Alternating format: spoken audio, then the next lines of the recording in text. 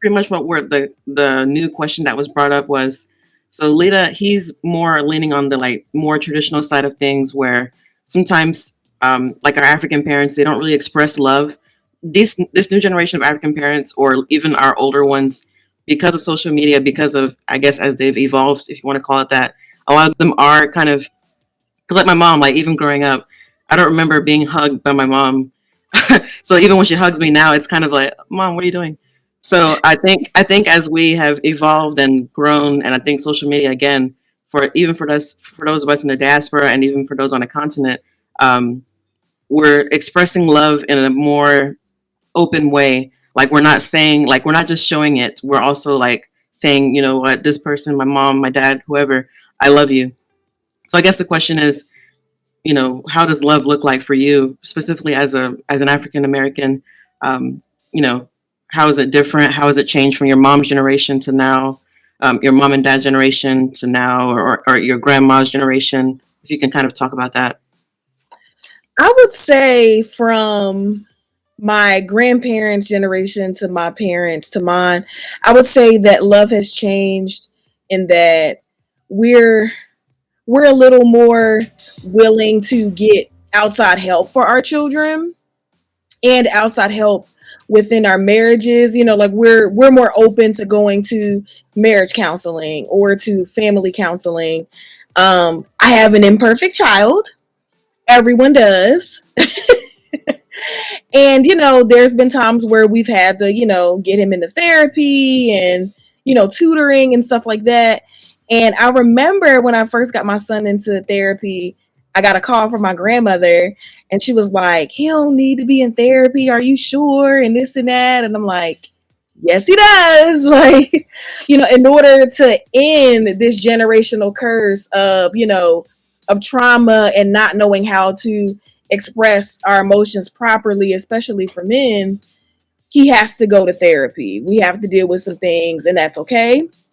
Um, Love wise, as far as relationships, I would say it's different in that um, I don't think my grandparents, my parents, no one did any like premarital counseling. No one did any individual counseling. Me and my fiance have done individual therapy, and we're about to start premarital therapy at the end of this month. So I think that being willing to deal with some stuff and look at things to make sure that everyone is on the same page before marriage and before taking serious steps is important, and that is what I think is different with my generation or our generation versus the elders. So let me ask you. So do you express love the same way your grandma expressed love to your dad, to your grandpa? Do you express love the same way your mama expressed love to your dad? Is there any difference? Is it the same way you express the act of love, the act of, oh, this is my man, this is my husband, this is my boyfriend, whatever it is, this is my partner? Do you like, is it the same expectations? Do you have to have a hot plate ready for him?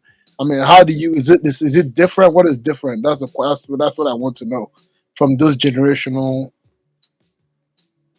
To be completely honest, I am a more traditional gal, so yeah, I'm definitely making the plate. It's hot.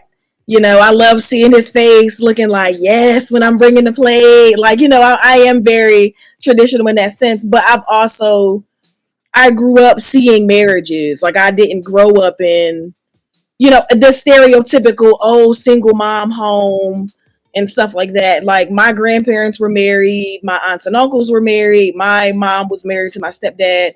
They met when I was like 6 weeks old. So he's the only, man that I really know. So